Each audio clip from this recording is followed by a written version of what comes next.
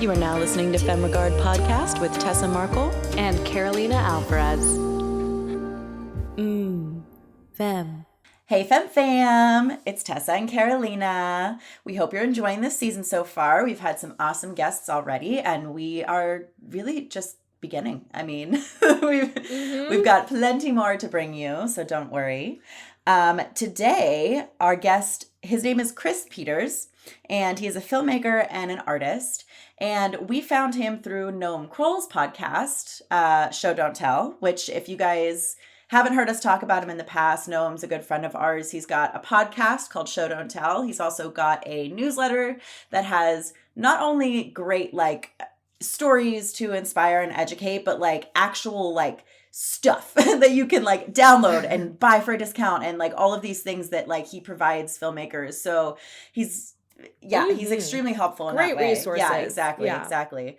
He's also got a community called The Backlot. He's got a company called Tropic Color that makes LUTs. And Noam does everything, I swear. So I recommend checking him out. Noam Kroll, find him on Instagram. Yes. Do it now if you haven't heard of him, because he's amazing and has just the greatest resources for filmmakers. Yes. But so today we're here to talk about Chris. So we found him on Chris on Noam's podcast, and Carolina had listened to the episode before I did, and she was like, "You have to look at this guy's art. You would love it. Check out these prints." So she sent me his website, and I was like, "Oh yeah, this is really cool. But what is this these short films?" She's like, "Listen to the episode." So I did, and today you're going to get to hear about Chris's filmmaking and his art. His films are created entirely from AI. So basically, and he'll get into more detail of how this works, but he'll have a self-thinking AI written from code that he has created, watch a film, and then create their version of it. And then he kind of curates from that, what he thinks is the good material, because it pumps out a lot of material. And he'll create a short film from that. And they're very experimental, very just...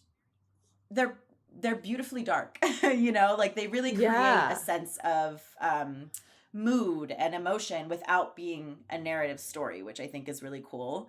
And he's gotten some serious accolades from that. His films have screened at numerous Academy Award qualifying festivals, including Slamdance, which he's going to talk about on this episode, and winning the Peter Wilde Award at the 2020 Ann Arbor Film Festival. So, he's gotten some success from this. And that's not always easy to do with experimental film.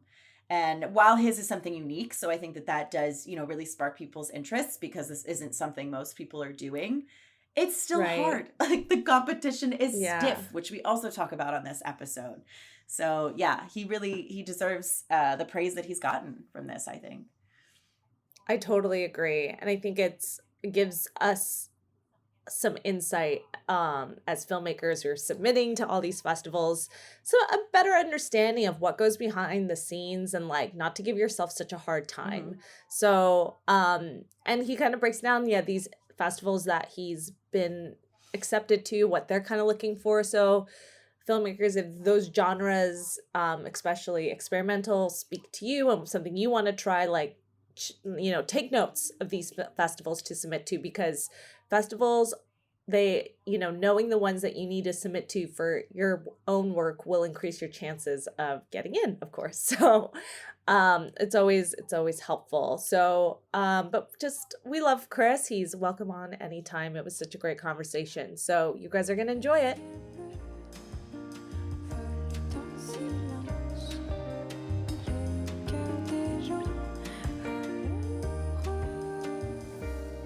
Well, I just want to hop on and let our listeners know that we both listened to your episode on Noam Kroll's Show Don't Tell podcast, which everyone knows here on the show. We're a friend to Noam, and we love his show, his podcast.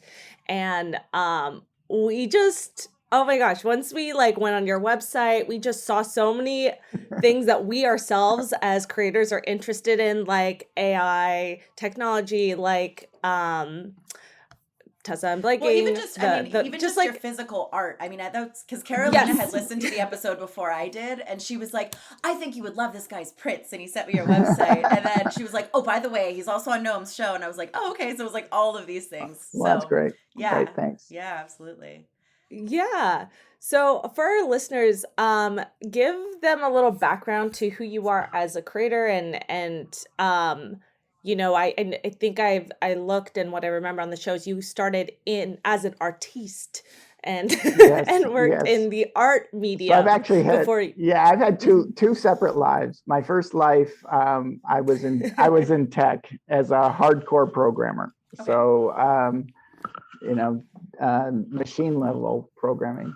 And then that worked out pretty well. And I went to art school, a serious art school that teaches sort of Rembrandt style painting. I think you've seen some of them. Yeah. Yes, And, yes, very much so. And then we moved down to LA from Seattle, and people went to little art shows. People started buying them, and then galleries were interested. And then I started getting shows at galleries, and rock stars started buying them. And that was awesome. That's gotta be such a good feeling. Yeah, it's great. No, I know this sounds so, I don't know how this sounds, but everyone says nice things to you, and your friends and everybody will say nice things to you. Right. And especially in LA, it's kind of hard to know, where reality necessarily is. But when a stranger buys a painting, that's good. I mean, it makes me feel validated that they must have liked it, because they don't know me, they don't know anything about me, but they liked the painting and they gave up some money to buy it. So that was great.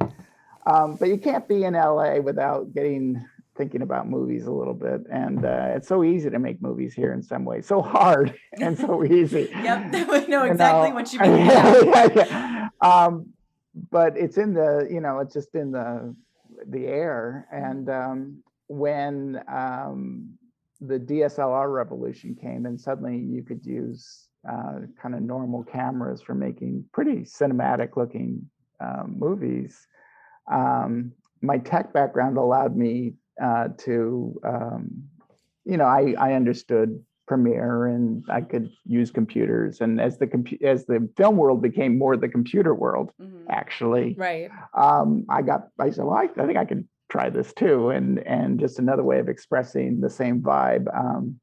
And the movies I make, if they're even called movies, I mean, because they're often just sort of short experimental projects, are really just the same vibe as the paintings.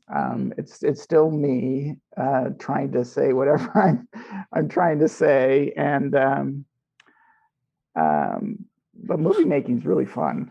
It's really fun. I just, for our listeners, to get a vibe of like the art that you're into, it's very Rembrandt, kind of gothic, kind of sort of dark, mysterious, like Edgar Allan Poe. Yeah, there's a melancholy to it, sort of a sadness and a loss. I think is sort of a common theme: sadness and loss, but with maybe a little hope in there too. So. Oh my God, it's just like my mood. I love it. Yes, exactly. Yeah, no, I think that's why I've always like we both appreciate that kind of art and that emotion. So I think that's what we're drawn to. It makes you feel like all those things. So very cool. I think I'm a happy person though, so I don't know why. But that's just what came out. You can't really control it. It's just what comes out of you. So. Yeah. And it reminds me a lot of, not like the style of the art necessarily, but kind of the emotion and thought behind it of David Lynch, who anybody who listens to this show knows I'm a huge fan of, but he was a painter first as well. And, when he started making films, he was like, it's just moving art. Like it really is no different. It's just another medium. So, yeah. Yeah. He, the weakness, as a painter coming to filmmaking is this thing called story and characters, which is a little complicated for me, but I'm good on the vibe. I struggle with story and characters, but still, it's a big room. There's lots of ways. Which is why it kind of makes sense why you're gravitating towards this more experimental style of film. And I want to talk about, I'm blanking on the name. So, but the short experimental AI film I've done several. There's one on the circuit right now, and there was two others that are done. So, But the big one that got me into just like every big festival was Vertigo AI. And that movie was made actually fairly quickly. The composer, I said I wanted to make a movie that was kind of a documentary on the AI or somehow. And he said, well, I thought you should just make an AI movie. And I went, well, that's not possible. Yeah. And I said, but if it was possible, I guess it would look something like this. And it was very influenced by French New Wave cinema, because you could just, I realized, I said, God, no, I've seen these French movies. You can just have this narration over pretty images. Yeah. And it kind of works, you know? And oh my God, I loved it. Like, that is Femme regard. Yeah, exactly. I was like, yeah. Yeah. And I was so like, I whoa. can do that. And we did it, and it got into, again, every place. And then the second one got into Slamdance, which was amazing. And then that allowed me to screen for Slamdance. And this year, where I got a huge education in filmmaking. I can't believe just the fire hose of information I got watching so many amazing movies. It was a little inspiring and depressing at the same time, I'll tell you. The talent level is off the charts. Off the charts. That's what I've heard from a lot of people who either make their own festivals or screen for other big festivals. Is like that was the first thing that just blew their mind, is how many good films come through. Great. A plus, great films. Wow. Yeah. Which should make filmmakers feel better if your film isn't selected. Know that you actually are like against serious competition. No, and I said this before. It's so true. I thought that the thing that, I mean, everyone who does film festivals gets tons of rejections. I mean, mostly rejections. Yeah. And they all say the same thing. We had so many great films. We don't have room to show them all. And I thought that was BS. You know, I thought that was just a nice way, you know, so that you don't come and hate them or something. And but after I did this, I realized they're getting 10 times more great movies than they can show. 10x. And wow, it's so it's true. So that little thing that you get with your rejection is actually true, you know. And again, I was so impressed with the people at Slamdance, how earnest they are and how hardworking they are and how they try to give every movie its shot. And 2 different people watch it. And we were absolutely instructed to watch every frame from the beginning to the last, you know, fade to black, past all the credits, everything. We were not allowed to stop the movie. We had to watch it all.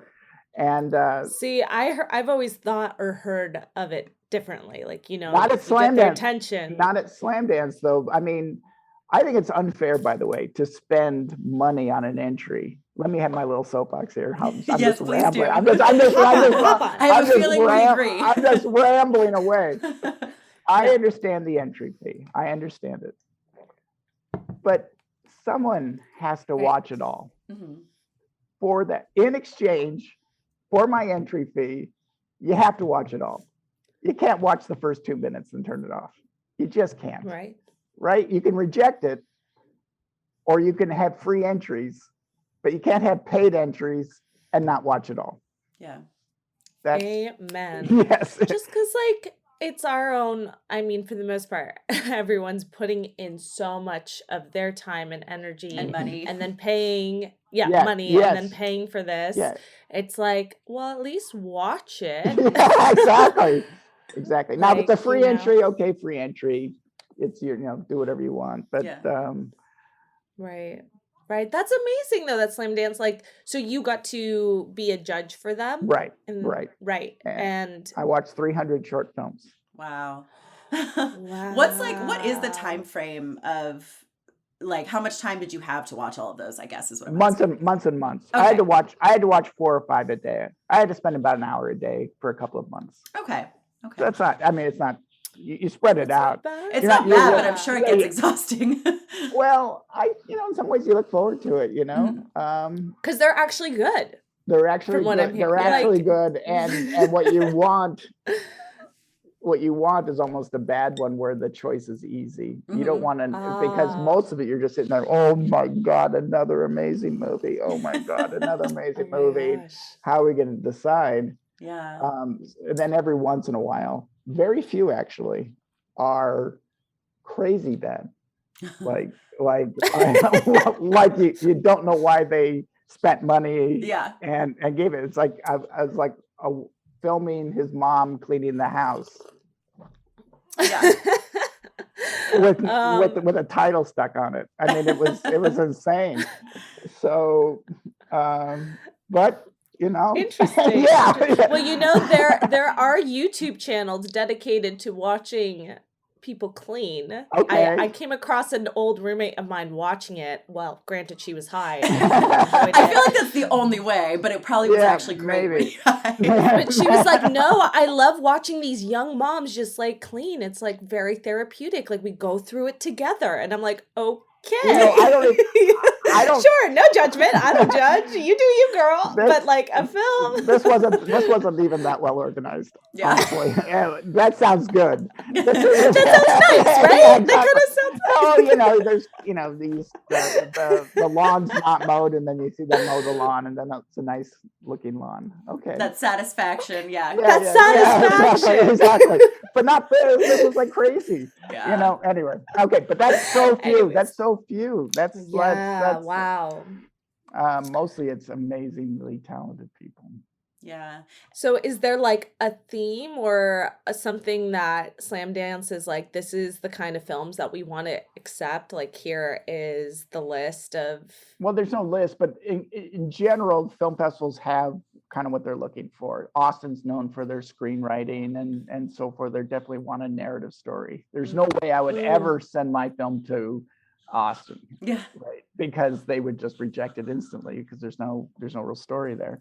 Slamdance is the kind of rock and roll, do it yourself, stick it to the man, alternative kind of festival, because that's how the founders started it. As a sort of the opposite of Sundance, right?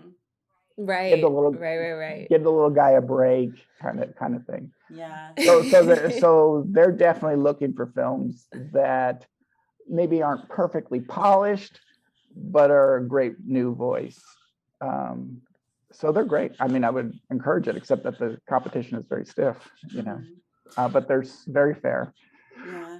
I love that though, that like a festival like that is so big. I mean, Slamdance is a big name. I mean, it's become a really popular festival. I love that is a thing, that it's not just, that they're not all just Sundances or even like South by Southwest and, things that they do accept. I think now more and more different kinds of films are being accepted, and maybe they don't have to have like kind of the names connected to them that they used to and that sort of thing, except maybe for your really, really big ones like Sundance. But the others that are still popular, that are a little smaller, I think it is moving in that direction. But it's good to know that there is a festival that really like embraces that, and they want the experimental films. They don't invite any films either. It's only from entries. And if the filmmaker in any way, you're not allowed to vote on it. Oh, interesting. They make that very clear. So there's no like, here, this is my friend's film. You can't, not only can you not vote on it, you can't say why you can't vote on it. Oh, interesting. you just say, I'm familiar with this person. And that's the last thing you're allowed to say. That's pretty cool. I like that. Yeah. Well, okay, so we've covered a good bit about Slamdance. Now I want to get into your AI films and exactly like what that means, because Carolina and I, we're filled in and we've watched what you have up on your website. But for our listeners, explain exactly how you made these films. Okay, there's it gets very technical very fast. We'll stop you when you're like, okay, Chris, you lost us. Right. Well, we don't know. Okay, so a few years ago, there was a huge leap forward in AI, and that's why we started hearing about it. Yeah. And so did we. Yeah. Like literally 2018, I want to say. Yeah. So they learned how to make machines self-learning, which sounds very scary. Self-learning. Yeah. Mm-hmm. And the scariest example of this is they taught a computer the rules of chess, but no strategy, just how the pieces move and the goal. And they taught it, and then it played against itself. And how long did it take before it was the best playing entity, man or machine, on Earth that the Earth has ever seen? Oh my God. How long? 48, I'm gonna 48 guess. hours. Wow. 48 hours. That was crazy. Yeah. Crazy. Oh So, my gosh. what the machine does then is, so I had it watch, Vertigo, the Alfred Hitchcock movie Vertigo, and then I didn't know what the hell was going to happen. I just sent it through, and it was looking for patterns, common patterns, basically. And in movies, there's a lot of scenes where people are talking to each other, or one person close up on one person. So it started picking up on human-like forms. Maybe it's hard to describe exactly what it's seen, and a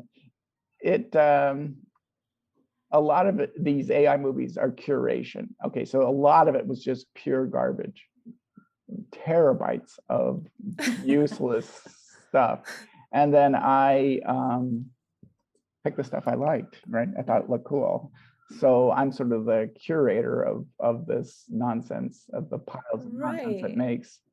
And then I'm sorry, Chris, I just want to break this down even a little bit more, just so the AI technology, is this a specific code that you've designed that you then input, like you said, this film into it, and it's just running on your own computer, your own code that you've designed? My own computer would be like the 20th most powerful computer on Earth 20 years ago. So I'm not running this on my laptop. It's an insane machine. Yeah. But it is code. I figured it is code I took and then modified for this purpose. It's written in Python.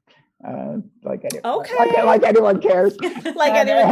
I'm sure there's someone here. Someone listening is like very excited. That's why I wanted to even break it down more, because I was just like, I've heard you, like I said, on Gnomes talk, and I'm like, wait, but I want to know, this is literally your own computer, your own code that is making this happen. So if someone else is interested in AI, like, you got to get real techie and nerdy with it. Extremely, deep, and it's a DC GAN, a deep convolutional generative adversarial network, is the way the code is described.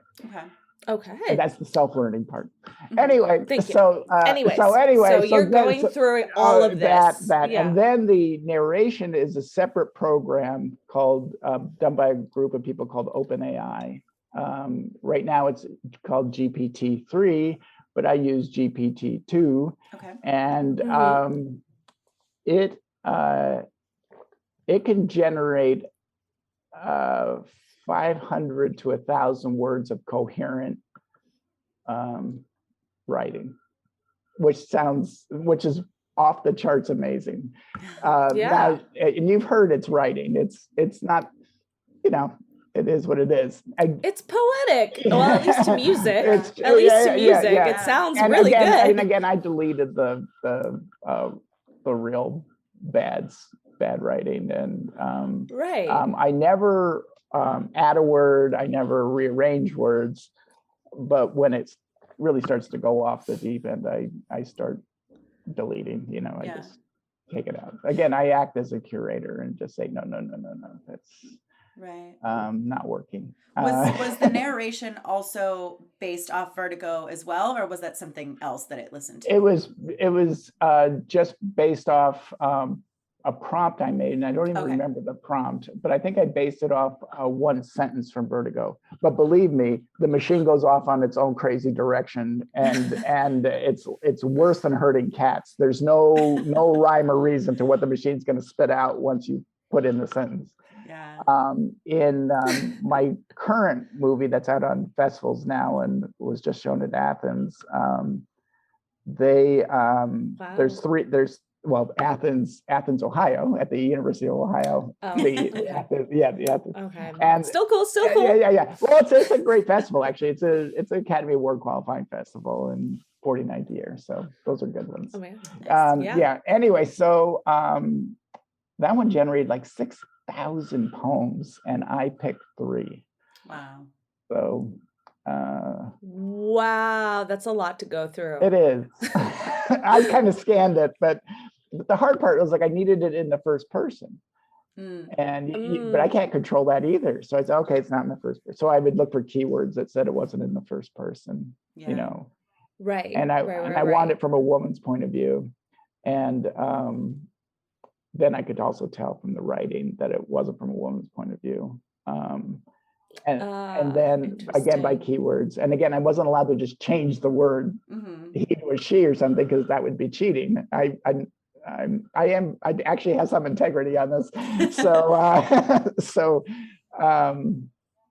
so if they use the wrong gender, then that one was out. That one was out, you know. But a bit. How did you get the and I apologize, I can't remember the one I watched, but it had, you know, this French woman's accent over the... That French woman is this amazing actress in LA. And just to show you how tough LA is. Need to meet her. Yes, yes. She's awesome. That's Naomi Petite. And if I'm pronouncing her, I don't speak French. I wish I did, but I love the sound of French. But me too. Yeah. Anyway, so did the Actors Access needed a person to do French accented voiceover? Wanted them in LA, and wanted to be a native speaker, and 600 responses in LA. Yeah, 600 people. And this will make your actors people listening to this, I don't know if they're happy or sad with this, but then the casting director sent me 20. So 580 I never heard. Yeah. Wow. I mean, lucky for you, you had a casting director though, because you're already spending all your time going through all of this from the AI. And then... She's a great friend, and she's completely wonderful. And she's a person that will tell you that something stinks in a very straightforward way. But you know that she's your absolute friend, and she has your best interest at heart. And so she's that rare person that will say, no, this isn't going to work. Yeah, which is what you need, honestly, for a job like that. A couple of people just like that can really help your filmmaking, by the way, versus your mom or your dad that says, oh, you're wonderful, this is fantastic, you know, and you go, yeah, okay. But anyway, so that's Sunny Bowling at Mormon Bowling Casting. Oh, yes, I love her. She's amazing. She's an awesome, yeah. So we got Naomi, and Naomi was born in the United States with French parents, but immediately they moved back to Paris. So she spent all her life in Paris, and then she moved back to LA to be an actress. And so she, you know, she speaks with a total American accent, but she assured me, by the way, that her Parisian accent was the best French accent, not one of those low rent French accents. She had a Parisian accent. So I was very happy to hear that. And that sounds like something a Parisian would say. I was going to say that. Yeah. And so she said, you know, where do you want the knob, you know? And sometimes she would just use a pure French word that was hard to even understand. And I said, perfect. That's absolutely that's what I want. Yeah, because sometimes I couldn't catch all of the words. I said, but that makes sense. It still was beautiful. I could get, you know, I said, turn it up to 10. I told her to turn it up to 10. I wanted the real full deal. So, and part of that was my love of French film, actually. So yeah. French New Wave, exactly. We love it too. Yeah. So, anybody need a great French-speaking actress? Noted. Noted. For sure. That's awesome. Yeah, I was like wondering, like, did you have the computer do that too? No, that's why it's I'm too asking. Perfect. And she added a lot. I mean, an actress, Do I have to tell you guys this? No. Actresses can add a lot to a movie. Yep. Uh, Yeah, uh, 1000%. yeah, and so she really brought life into those kind of strange words, so Yeah. And then the images. the Talk to us about that. yeah, the images were a different experiment on the way I was doing the code. In Vertigo, it watched the entire movie at once in one moment. So everything was mixed together as one. And I wanted something that tracked a little bit better. So I had it only look at a couple of minutes of the movie each time. Okay. But it was extremely time consuming, extremely. My first calculation, it was going to take me 40 days to calculate it, the machine running continuously. And I did all this crazy stuff and I got it down to like 4 or 5 days. Wow. But I ran it through the entire movie, La Mascara del Demonio, and then again I cut out the parts where it just came out mush. But Mario Bravo was also a painter and also has very strong darks and lights that the machine was picking up on. Yeah, very much so. You could see that. And then I did black and white because RGB, 3 colors would have taken 3 times longer. So it was a technical thing that I just didn't want to spend. I think it was 6 days, so I didn't want to spend 18 days. So it kind of, I might be saying this like wrong, but kind of gave a silk screen look. Well, part of that is also the low pixel count. The actual image that it was calculating, it was fairly small and then blown up for the screen because, again, just computing power required to even generate something 256 pixels wide is huge. I was physically heating the room. I mean, the machine was generating 750 watts, about the same as a space heater. Wow. And it was, fairly noisy. I had the cover off of it and blowing fans and stuff just to keep the thing running. Oh my God. It's crazy. So this stuff is very computationally intensive. It's stuff that I think, most of us that are like doing our work on a laptop, and even, we edit on a laptop, which is not ideal either, but at least we're not editing like feature length films, but even it's like, that is like, okay, your laptop, you can hear the fan in overdrive, right? But like, I can't even imagine this level of like just computer power. Yeah. So that's what's required for these things. Wow. But it's not, I don't want to be the AI filmmaker either. It's a fun thing to do, but I still have things I want to say. And fortunately, I was able to manipulate the codes that the images I liked. I can't say any different than that. Sort of a weird way. I make the monster that makes the movie. But I get to make the monster. So I changed the code because there's a billion different parameters that you change until it's producing images that I like it. I can imagine that being part of the fun of just seeing like, here's this code that you're controlling, and then seeing what comes out of the experiment. But sometimes it takes 2 days of calculating before you know exactly what's coming out. Wow. So that's the heartbreak. That's the heartbreak. You do it for 2 days and then you go, oh, that's not working. Oh, But at least I didn't have to actually do the work. The machine was doing the work, but I was sitting there. I was sitting there with the fan going full blast for 2 days. I know that's such a weird concept. It's like, you know what you're creating, the parameters that you're setting, but then it's just got a mind of its own after that. So you're not going to know the finished product until it's out there. Like, that's such a foreign concept, I think, for most creators. It is. Is it Tessa? Kind of sounds like every film. Yeah, exactly. Yes, exactly. I'm like, is it a word? I'm like, that sounds about right. Exactly. Sounds about right. Okay, fair enough. Well, Chris, if you don't, I think that's such a cool still a relatively new medium to explore, but if you were to branch off of that, would you consider going more narrative since you say you have things to say, or would you still experiment in other ways? Yeah, I think the way I'm hoping someday to get to kind of like David Lynch, but it makes half as much sense.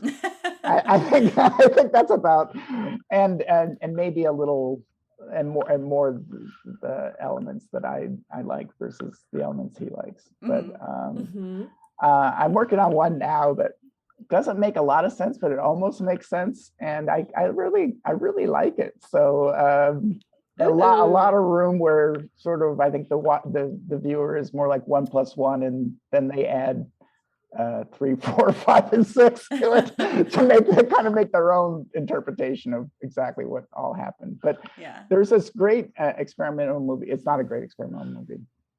It's well, it's hard to say. It's no experimental movie is a great movie.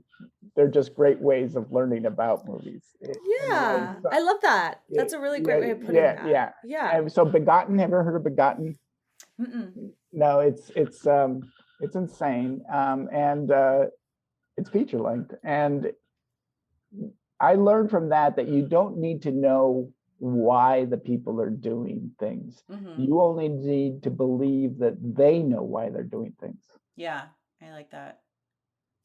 For experimental. Now, for an audience movie, the audience needs to know why they're doing things. Yeah. But for this, the people are moving with absolute purpose and conviction in this movie. Yeah, and that's what end? I'm not sure, but they know. It's not random. Yeah. Yeah. And that's what evokes an emotion, I think, from us. Like, even if you don't really know what's going on because it isn't really a narrative story, like you can still have an emotion from it for sure. And I think it's subconsciously you sort of pick up again on the vibe.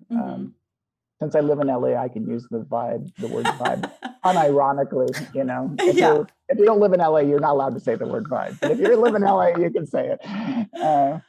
Yes. That's the rule. And it is. And that and energy.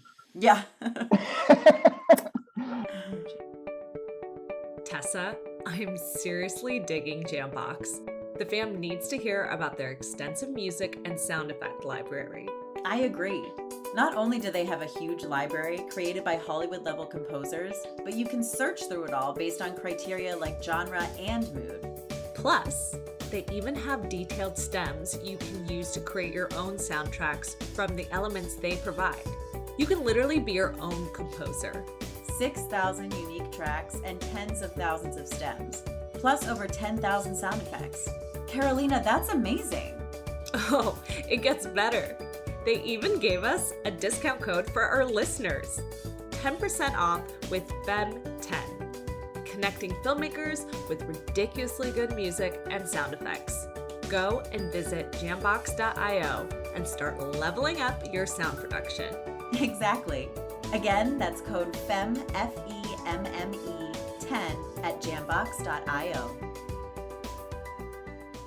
The thing I said, and I would encourage anyone listening to get Rebel Without a Crew by Robert Rodriguez. And that book was so influential to me. And it's just so important to win. The only way you can learn to make movies is by making movies.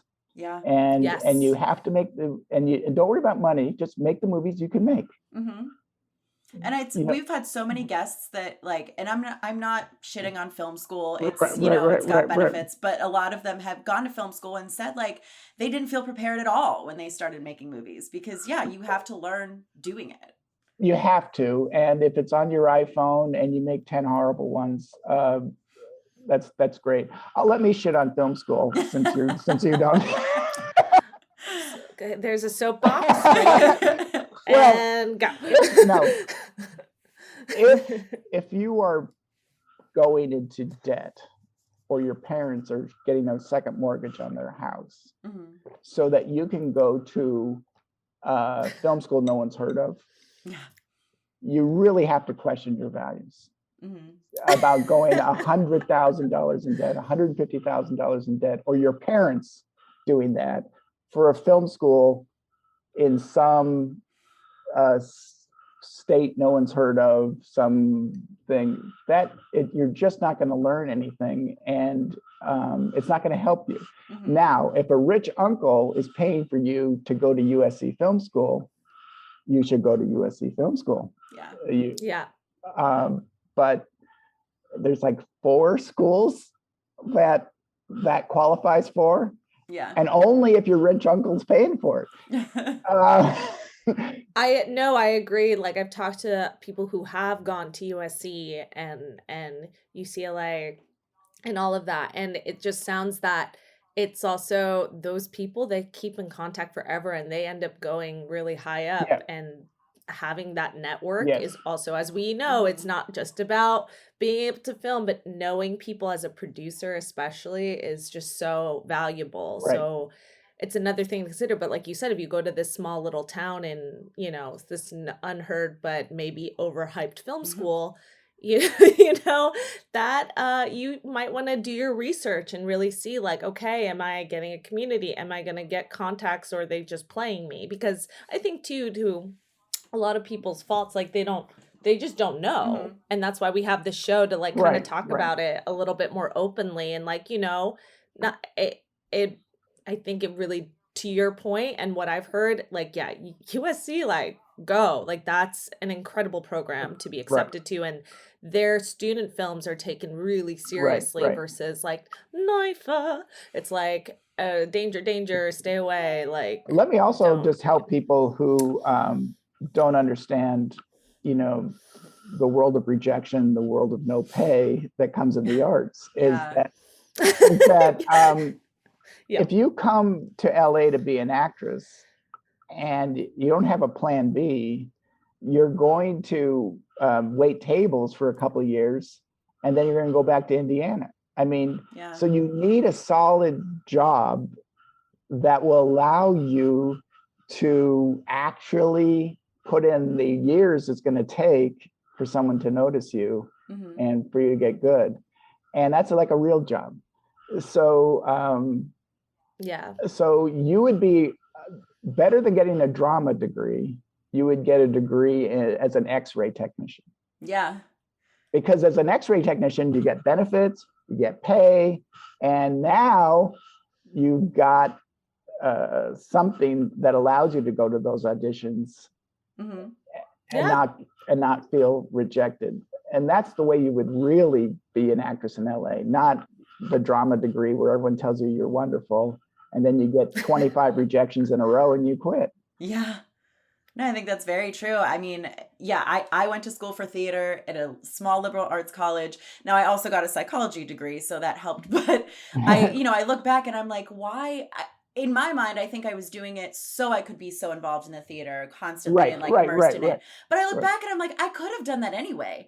I didn't need to take the classes and get the degree in that. I could have better spent that time on another second degree or something else that would have benefited me more in the long run, because I think I knew even then it really wasn't going to like help me that much in the real world, so.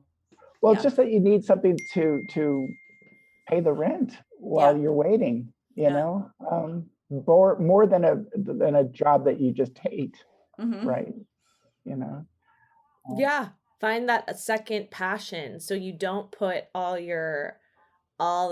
of this weight on just acting, because like, again, we love it and that's what we want to do, but it is something that's very hard to do every single day and make good money from it every single day. So find something else that you really love. That's been my journey. I've really leaned into producing, and I'm trying to get a more content producing work, and literally got 2 interviews after this for work. Fantastic. Good vibes. Internet crashed this morning, so it's just like off to a great start, but that's the reality. And I've really like leaned into project management and like figured that whole journey out. But like, I look back and I'm like, wow, like at least for me, college was that really fun time where I got to do the thing I loved every single day versus like, I don't mean to discount that. I mean, I'm older than you guys. And I just also feel for the parents that are getting second mortgages for some of the stuff too. So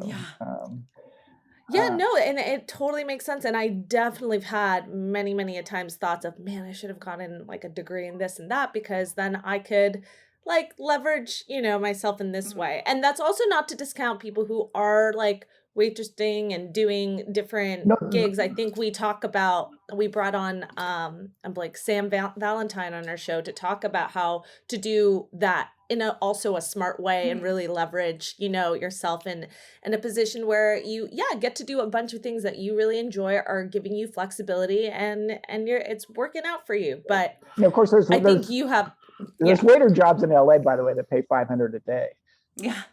So those are, I don't mean to discount the pros. They are but it's the longevity that I Yes, think yeah, you're speaking to. yes. And that's something I know, like in my heart, it's like, okay, like I'm not going to get my big break, especially because I didn't grow, like we both didn't grow up here as child actors. Right, Of right. course, it's going to take like a minute. Like it's that 10-year game applies to Yes, everyone. yes, So a lot yes. of child actors were here when they were 6. So of course by 16, like they're in it, they're network, like Right, they're plugged. right. Like for us, we have to like do our work and make films, which take a lot of times, and audition. And it just, I just know it's like the people that I think do have more of a chance of really making it, or making it somewhere where you're happy and fulfilled. I think that's the long game, that you don't just quit after a couple years and go home. Like you need to be here for like a while. Right. and then And I think you got to be doing it because it's so absolutely fun, and you got to again get used to the rejection. I did the short film that's on the festival circuit right now. I needed a woman who looked just like Anna Karina as she appeared in Perot La Faux in 1964. So that was the casting call. Okay. Needed very specific. Yeah, very specific. And also got 600 responses. 600. Wow. Yeah. Oh my gosh. What a role though. That sounds amazing. That sounds really fun. Yeah. And I paid $100 an hour, which I think is a fair for experimental film. Yeah, I think so. I try not to be exploitive. I mean, I pay, people. Yeah. No, I think, and I great. just to put out there for listeners who are doing like, really small films or experimental films, like as far as things like rate go, like just think about, what would you be willing to be paid for your time, you're driving to the set or whatever, compared to like what you would make in whatever your day job is, like, just what are you willing to get paid? That's what's fair, And I think it's wrong to say something like free, although what I talked about is the only way to make a feature film for no money is to have an actor working for free and a director working for free, and a lot of time, because you have to wait for the sun to be in the right spot because you can't do any other kind of lighting. And if you can get that crazy combination of time, a dedicated actor and a dedicated filmmaker, then you can make a feature film for $100. I mean, it's just a lot of work. Yeah. But it's not money, but it's not necessarily. Right. And no, that's a really good point. And I think people do talk about, the excuse of, I don't have, if I had money, then I would make this movie. You go, well, then don't make that movie. Go make a different movie. Yeah, I like that. I mean, it's like, you can figure out what kind of movie you need to make to fit your budget. And if you have a movie that you want to make, like it has to be that specific movie, then you'll figure out where to get the money. I mean, me and Carolina are looking for funding for our first feature now. Like there's ways to find it. So either fit your budget or fit the movie. Like, you know? Right. I'm more in the Robert Rodriguez school of refusing to spend any money whatsoever, or as little as possible. I'm laughing because like I'd be like, I'm just laughing because as a producer, like, we definitely have our parameters, but I'd be like, I probably would be like butting heads with you, Chris. Like, Chris, but we need this. And you'd be like, I was arguing they don't even need sync sound. I don't think he needs sync sound. I don't think you need. Depending on what it is, though, that's the thing. If it's experimental, Yes. it just depends. Like, because we shot, the first thing that we did was a Western, and because of high winds, all of our sound blew out. And Yes. I handcrafted and edit post actually a pretty decent job. I like added all these wind and all this like horses, and it all worked. If you just planned it originally, you just would have done it. The one I did, I was sitting on the Santa Monica beach, and it was the Pacific Ocean on one side and PCH on the other on a Monday. And we went there first thing Monday morning, so there was nobody at the beach. And I was yelling to the actress, and she was 15 feet away. I mean, just so that she could hear what I was saying. There was no way sound would have worked. Anyway, of course, in the movie, it's all very peaceful, and you hear the gentle waves crashing. It's all very. Of course. Well, that's what's cool. It's like we can figure it out, and that I'm all about creative solutions and stuff. So if you just can, like, we didn't plan for those winds. We scouted that location, like, I kid you not, 4 times or something. Like, it was never that crazy. And that day, like I said, I mean, when we were laughing earlier, you could plan for all that, and you still just have to end up seeing what you got. Like, you don't know. Right. So that's very true, though. You can work around it and still like make it work. Well, also, I'll tell you again, a huge wake up moment for me was the movie Tangerine, which I would also encourage everyone to watch. I don't know which of the Netflixes and things it's on, but it was 2015. They used an iPhone 5 to make the movie. And it great characters. Okay story, good story. I mean, pretty basic sort of revenge-ish story, but whatever, but incredible. I mean, characters you've never seen before. Yeah. And you would say, well, if they used an iPhone 5, wouldn't the sky be blown out to white? And you go, well, yes, it was. Yes, it was. Yeah. Okay, now what? Okay, so you talk about these technical requirements, you can get really lost in them. Again, I have a technical background, so it's very easy for me to get lost in that. And I go, wait a minute, but if there's amazing characters saying outrageous things, they can do it. They can do it in front of a white sky. They totally can. And then David Lynch made a movie, Inland Empire, using a camcorder. And I got the movie and watched it very closely. And I said, so how the hell is he going to get around? Because this camcorder is the old camcorders. I mean, it was single definition camcorders. And he didn't. It looks like a camcorder made it. Yeah, it does. Like watching it now is like compared to, because when it came out, it was like that was what cameras looked like not cinematic cameras, but any camera that we were used to. But to watch it now, you're like, whoa, this looks like my home movies. But it didn't matter because of the story. Right. And so this is to dig on myself, which is the 5 most important things in filmmaking. In order are story, and casting. Casting's number 5. Man, that's the clip. And casting, not acting. Yeah. Because the actor's not going to get a brain transplant on the day. Yeah. They're just going to be who they are. Yeah. So you do the right casting, and I could do insulting director things that directors say about actors, but you wind them up and then they're going to do what they do. They're going to do it. And if the story's great, what I really meant is the story's great and the actors fill those roles. The technical stuff really, really, really doesn't matter very much at all. And it's so easy to get lost into the latest camera, the latest sound tech, the latest this, the latest that. It kills me to say this as a technical guy. But I think that's really cool. I had to unlearn this. I had to unlearn all this. I had to unlearn it and realize that that it's, it's story. Story is everything. Story is everything. And it's not even it's not even the it's not even the screenplay that matters. You can have a pretty bad screenplay, pretty badly directed, but if the story's awesome, it's going to come through. So That's interesting. Yeah.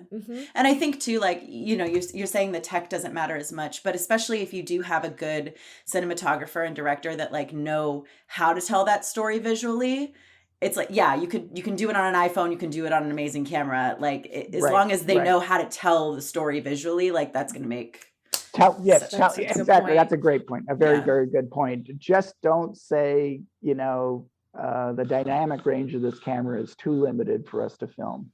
Go, okay. When I'm doing the $100 million movie, okay, we'll have this discussion. Yeah, we're doing the 2000. We're doing the $2,000 movie. So let's just get this thing done. Yeah, totally. That's that's well said. Well said. Chris, real quick, we can probably have a whole podcast episode on this, but we saw you've kind of delved into the world of NFTs, and that's something we're looking into maybe as another perk to raising money for our film and getting a community around it. Do you feel how do you feel on the what's the temperature in film and like where do you stand on that? The temperature is that the interest is currently waning. Is just the flat way of saying it. I did it as a pure experiment because I learned that you can read about things, but then you just do it. And suddenly, 10 times more than any article you've ever read, right? Yeah. So I was reading about NFTs. I said, well, I'll just make one. And so I did an edition of 6. I priced it incredibly low, and it sold out. The gallery sold one, which was great. Oh my God, that's amazing. And I think you used a platform that I also had. I read so many articles myself, and like used a free quote unquote platform to host. Yes. Right. Did you like using that one? It was all worked fine. The gas fees were expensive. What we were like, are they expensive? I don't know. Yeah, they're like, you can spend some. I was pricing my thing again at 0.01 Ethereum, which is not very expensive. Okay. But I think it's a little. You can't put a movie into one. They can't hold very much. So I did this hyper compressed 15-second thing. And I just don't, I hate hype, I hate, or convincing people to give me money for something that I'm pretending is valuable when I don't really know if it's valuable. Yeah.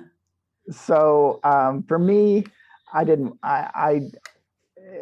didn't feel sincere. I guess it's a weird way to say it. It was an experiment. I priced it super low so that nobody was going to get hurt. Yeah. And that was sort of my feeling. I don't think I'll do another one unless someone sells my old one for some huge amount of money, and then. I'll be the most insincere person on earth.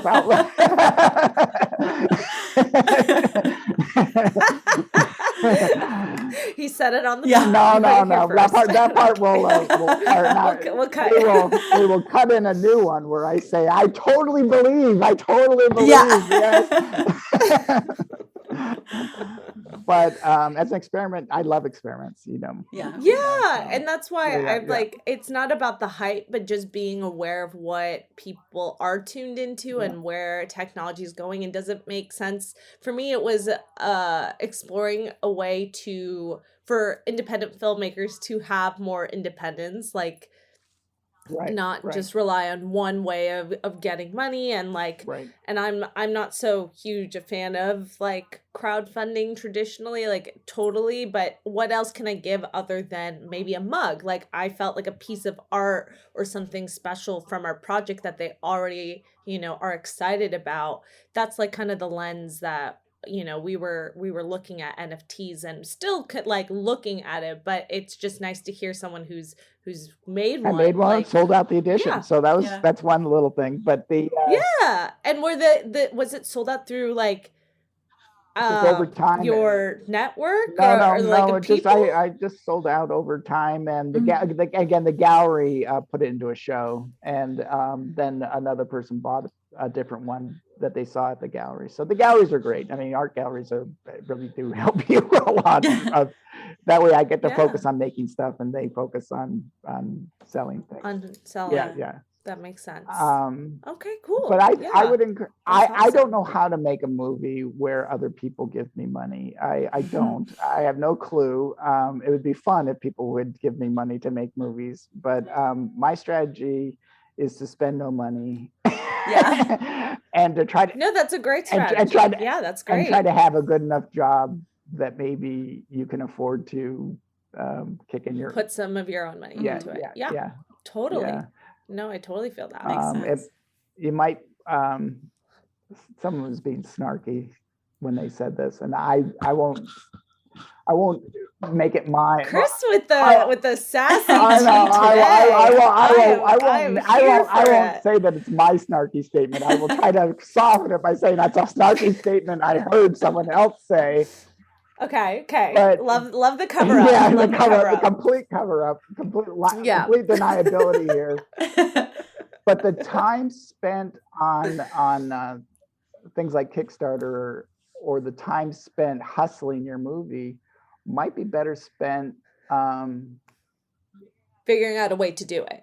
Just make driving Uber. Oh, you'll make the money faster.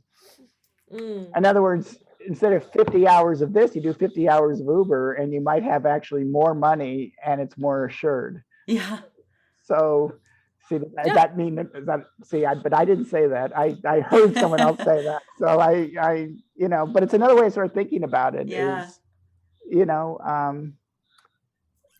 No, totally. That's definitely why I'm looking for more of a full-time position for myself and leveraging a higher position in a company so I can maybe make more. And if that means I have less flexibility, well, I can self-fund more. Right. And like not rely on other people's money. Like definitely always part of my game plan is to fund whatever I can back to Femme Regard. Right. David Lynch delivered newspapers to fund Eraserhead. Yeah. They ran out of money. They had no money. It took them like 5 years to make that movie. And as soon as they got enough money for a roll of film, they spent it on a roll of film. And so he was literally delivering newspapers. So I don't know if he did it well or if he didn't do it well, but that's what he did to get the money to buy the next roll of film to shoot, Yeah. To shoot. Yeah. But there are people who are, I think, willing to support and give, and organizations, and that's the research we've done. And I think there's just many avenues. And yes. I think we're set on, we put our own money into our last short, and we rather not do that. Exactly. Like, that's just where we're at. Like we have some, but we want to really, yes, make something bigger this time. But I love hearing all these sides because people are at different stages in their filmmaking journey and what kind of projects they're doing. And for us right now, we really want to try. And there are people who do want to support artists, and it's great. And they want to be part of the fun, the journey that we get to really bleed. Yeah. And they get to come to the screening and the cast party, and it's all so there. Which we always think to build in, like that's part of it. Like, we're thinking of that at the end of it, what can we also give back than just like, again, a mug, like something like a personal screening that they can be a part of, or seeing a first edit, like just something like that. Is what we want to do to give them more of that investment. I think that face-to-face behind the scenes, invite them to the set while you're shooting. Just don't stay, don't say anything. I know. But that's something that people want to join. That right. It's fun. Yeah, they want to be a part of it without all the downsides of it, without the stress. Well, also, they may not be very creative people. Yeah. I think non-creative people are always amazed by creative people. I mean, it all seems like magic. Yeah, very true. But it's all hard. It is, Chris. It is, Christopher. It's all magic here. No, it's no magic. Yes. It's all a bunch of Well, whatever. We A all bunch of code. No. We all have. It's magic. It's It's just there is a twisted. sense. You just let your twisted brain out. That's all you have to do. Yeah. Pretty much. Yes. Pretty much. Well, speaking of people supporting the arts, can you please let our listeners know where they can find your work? So your website, any social media, all of that. Sure. I'm Chris Peters, and my website is chrispeters.com. And my Instagram is Chris Peters Art. So, but I don't use Instagram properly, but oh well. Whatever, it gets the content out there to people that, wouldn't I'm know not what your really website is. Or I'm not really trying to, well, yeah, I should do it better. But whatever. Well, listeners, check him out. Go on his website because, thank you. yes, because one of your shorts is up there, the whole thing, and then there's. I have a couple of. I did do some narrative shorts that are. Are up there. are the whole thing up there, or is it just like the trailers? The narrative shorts are up there. Okay. One got into Fantasia, which is a huge genre festival. But it's hard. These narrative stuff is really hard. Yeah. We know, Chris. We know. Oh, by the way, it is the most competitive category in festivals. Oh, I bet. Like by a factor of 10. If you want a category that is less, intense, you would do animation. That would be, those are like really hard to do and takes tons of time, and they don't get nearly the entries they get. I think everyone wants to be Steven Spielberg, and so they're all submitting narrative shorts. Shout out to Silver Lake Shorts Festival. Tess and I went, and because our short film got to premiere there, and they had a ton of amazing animated shorts. We're like, whoa, wow. Right, Tessa? Like that was so. If anyone wants, they host it once a month, and it's free to submit. It's free to go. Yeah, Chris, you should submit and check it out. It's a great little community. I'll take a look. Yeah, well, we could all go. Just let us know. But so I would check them out because it's right here, and it was a really great time, a great venue, right? And to meet other talented people. Thank you, Chris, so much for coming on, though. We really had such a fun conversation. This just flowed. I knew we would all get along. Yeah. It was meant to be. Yeah. So, and I think our listeners are going to get a lot of great insight on experimental film and in general, that they don't have to have their own AI technology to know about these festivals that you submitted to and just the different ways of going about making films I think there was just a lot of these gems. So thank you so much for coming on. Thank you, guys. This is super fun. Congratulations. And I hope you guys make your dreams come true. Thank you. Just keep hustling. We're on it. We're hustling. Yeah. It's fine. It's talent plus hustle. Yeah. It's not just talent and it's not just hustle. It's always takes both. Absolutely. Thanks for listening to Femme Regard Podcast. If you like what you hear, tune in every Friday for more tips on the filmmaking business and insightful conversations with industry professionals. We can only grow with your support, so please subscribe, share, rate, and review. You can also join the Femme Fam on Patreon. For more on us, check us out at femregard.com.